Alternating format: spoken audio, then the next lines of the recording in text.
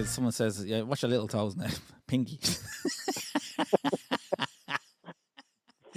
But I mean, Try to cut the fucking toenail off that little fucker. Like, yeah. We were talking about it the other day at the bar. Like none of these small little things that have high impact, like cracking your pinky off the side of your bed or something. Stepping on a Lego. Oh well, my big thing.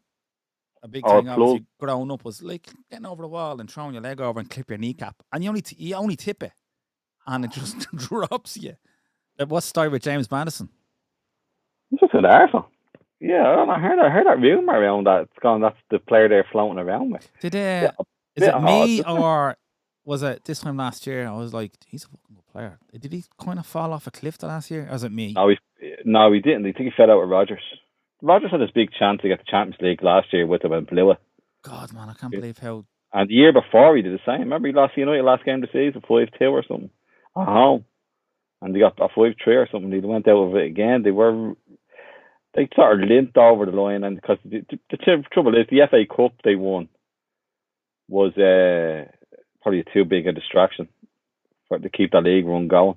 Big deal if you're a Leicester fan, though. You win a league and then the FA Cup 3 years later, whatever, 4 years later. Fuck's sake. Maybe, but I suppose Champions League brings in your extra level players, so you can knock Everton and Arsenal out of your way a bit for a few years. Sign that level of player, and it keeps you up. And Spurs especially being on the transition, fucking, craziness.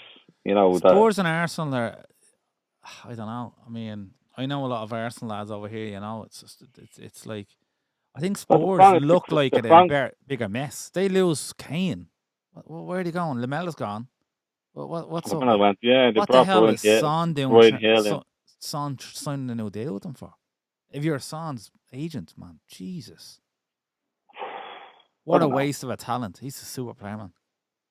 Matt Doherty's there. That's Nuno. Nuno knows how to play with him anyway. I'm just saying, Spurs are on a weird trajectory. Yeah. I mean, the stadium is the big thing with Spurs. They never gave Poch enough money to compete with what he was earning because of the stadium being built.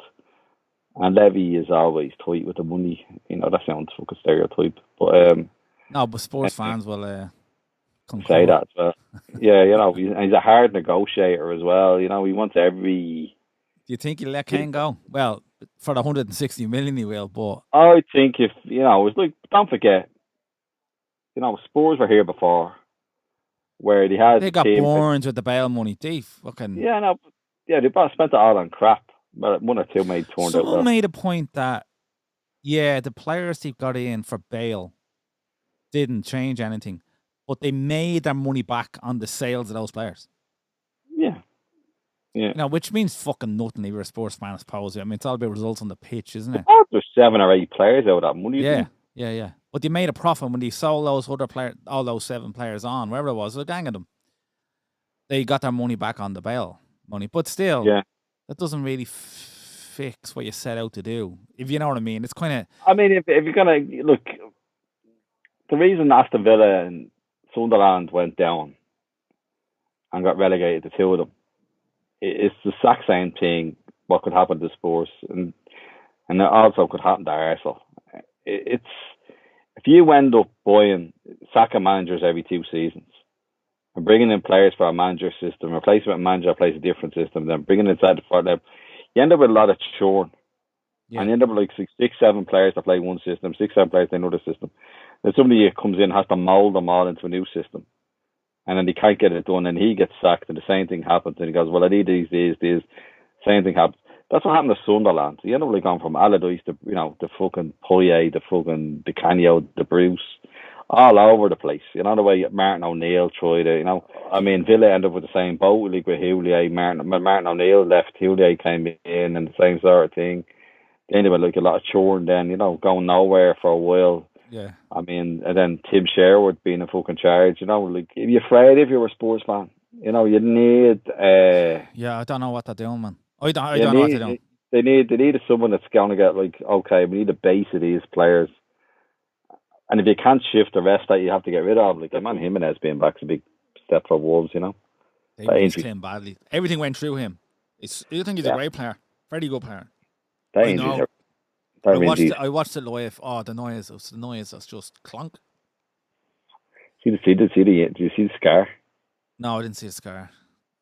I mean, it's pretty fucking. And now I watched that live, man. I mean, I know a lot of people did, but Jesus Christ, man. It's just... To wear that for the rest of his career, the hat thing, the guard. Oh, really? Yeah, sorry for the rest of his career. The school guard, the Czech hat. Yeah, Peter Czech. Yeah. Yeah. What do you think? Ericsson's heading back to Milan there. They were to the squad. You want to play like he takes the starter route. He's not allowed. He won't pass the medical. No. Yeah, Ericsson would need to have his defibrillator removed in order to return to action in interest of Italy's scientific community. He must prove he's no health concerns to resume his career. The scientific community have said that. Well, have the league, have the football authority said that? Well, scientific communities, I think, I don't know. Italy's, do you know what I mean? Italy's pretty good with the medical now. And then I fucking saw it. I was like, fucking hell. The missus was crying. Well, it's pretty, I mean... Yeah. Graphic. That's why I always go back to the whole fucking disgrace for that game. Just wasn't called off. Everyone shared the points and just move on. This bollocks, they have the team playing on. Fuck off, man. You're walking down the street and there's a fucking homeless person gone into cardiac arrest. And we physically witnessed exact same thing play out in front of our eyes. Now, if I turn around to you and says, right, Ben, let's go have game of heads and volleys, you'd be like, what the fuck are you talking about, man? We need a shot. You shouldn't be a fucking game of football. You're not in that frame of mind. But someone said there's no way Dortmund are going to sell Sancho and Haaland the same year. But see, the thing is, your man Gio Reyna, the American kid, Claudio Reyna's kid at Dortmund, because Reyna played in Germany for years with Wolfsburg. Good player. Yeah, he was all right. Yeah, went to Wet Rangers. He was a good player. I mean, listen, I'm saying like for that time to come from America and get to that level, very good, man. Yeah. He was at Wolfsburg, went to Rangers, went to City then, did he? He was in that City side that was put together by Sven, I think. Or before that. But yeah, like his kid plays at Dortmund now, and I think he'll take over from Sancho, and your man Marlon could take over from Haaland. I mean, how's Marlon going to play when Reyna is playing? This is what happened to Sancho last year. Reyna was getting in ahead of him. They were looking to the future already, It'll be interesting to see how Sancho is. I haven't seen tons of him. I mean, he's not the quickest, but he's obviously a good footballer. He does. He can drop you dead from a standing start. He's got that shimmy, quick shift kind of thing. Yeah, but another one that looking at buying players looks like West Ham. They brought in your man Areola, the keeper, off those with Fulham last year. He used to be with PSG and Real Madrid. Remember, he was playing for Fulham. Yeah, yes. He's a good fucking keeper. I think West Ham. Step up. Yeah, he's gone to West Ham. Just step up from Lanzini, and I think they're after trying to get Kurt Zuma off Chelsea as well. West Ham. Matt Zuma's had a career after that knee injury. He's doing well for himself. Zuma off Chelsea, so yeah. Barca to play against next year, Yeah. A good keeper and a good lead centre half that just tackle it all day, Well, West Ham had a very good fucking season, man. I know West Ham fans and like a few hardcore. The way they're playing is not West Ham's way, but they're getting results and they don't give a fuck. They were knocking on the door of Champions League for a good bit of the season, man. That doesn't mean that they were going to get it, but I'm saying if you're a West Ham fan, I think one of these the carrot of that Champions League went up ahead of Moyes, and they had a bad run. You started talking about Champions League once and went, straight away at Moyes. Don't jinx it, yeah. No, but the thing is, like, you know what it's like? It's like you want to win the league. We all know only one team can win the league, you know what I mean? But there's something about being in a fucking title race. It's like, so if you go out go the whole year and on the last game of the season you don't win the league, you were enjoying the whole fucking. But it's not like January and you're mid-table and you're doing nothing. It's like, fuck, what am I doing? It's fucking just existing, tolerating games. Yeah, but there's something about being in the race. So again, if you're a West Ham fan last year, they were in a race for Champions League. They genuinely were. They did it. The problem is West Ham. They did it the worst season possible to have a good season. No fans, and they need their fans with them all the time. Yeah. They did have a lot of bleeding ownership issues and protesting and it's not Yeah, good for.